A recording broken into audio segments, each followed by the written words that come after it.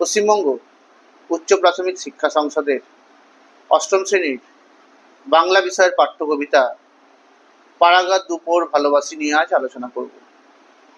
এই কবিতাটি লিখেছেন বাংলা কাব্য জগতের স্বনামধন্য কবি, সাহিত্যিক এবং লেখক জীবনানন্দ দাশ। কবি জীবনানন্দ দাশ বাংলার প্রকৃতি, রূপ এবং সৌন্দর্য নিয়েই তার কবিতাগুলি লিখেছিলেন।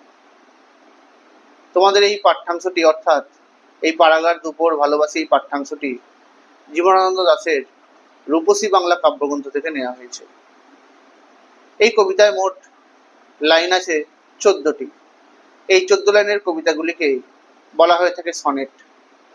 যে কবিতার প্রথম 8টি লাইনকে বলা হয় অষ্টক এবং শেষ 6টি লাইনকে বলা হয়ে থাকে শতক।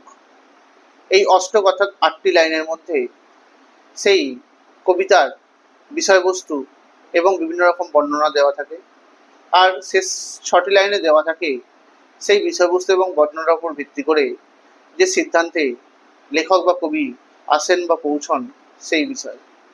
আর বাংলা সাহিত্যের জগতে বা বাংলা কাব্য জগতে এই সনেটের প্রবর্তক ছিলেন মাইকেল মধুসূদন দত্ত। এই কবিতার মধ্য দিয়ে কবি জীবনানন্দ দাশ পাড়াগার দুপোহরকে ভালোবাসেন। এই দুপোহরকে তিনি কবিতার লাইনে দ্বিপ্রহর বলে উল্লেখ করেছেন। দ্বিপ্রহর বলতে বোঝায় দুপুরবেলা। এই দুপুরবেলাকে বলা হয়ে থাকে দ্বিপ্রহর। দুপুরের সেই রৌদ্রতপ্ত প্রকৃতি কবির মনে স্বপ্নের এক বৈচিত্র্য সৃষ্টি করে। কবি সেই রৌদ্রের গন্ধের মধ্যে স্বপ্নের ঘোর যেন তার মনে লেগে থাকে।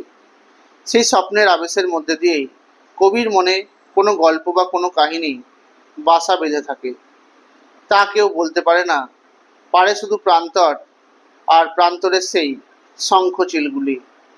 স্বপ্নের সেই বেদনায় প্রকৃতির বেদনাময় রূপচিত্রও এই কবিতায় ফুটে উঠেছে। জলসিরি নদীর তীরে, এই জলসিরি হলো একটি নদীর নাম, সেই নদীর তীরে ছন্দহীন বুনো চালতা গাছের ডালগুলো নুয়ে পড়ছে এবং মালিকহীন জীর্ণ নৌকোগুলি ভেসে থাকার মধ্যেও এক বিষণ্ণ রূপ প্রকৃতির মধ্যে দিয়ে ফুটে উঠেছে।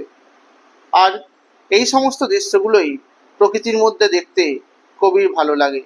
তাই তিনি দেখেন এই প্রকৃতিতে যেন ভিজে বেদনার গল্প মাখা রোদ আকাশের নিচে কেঁদে কেঁদে ভেসে বেড়াচ্ছে।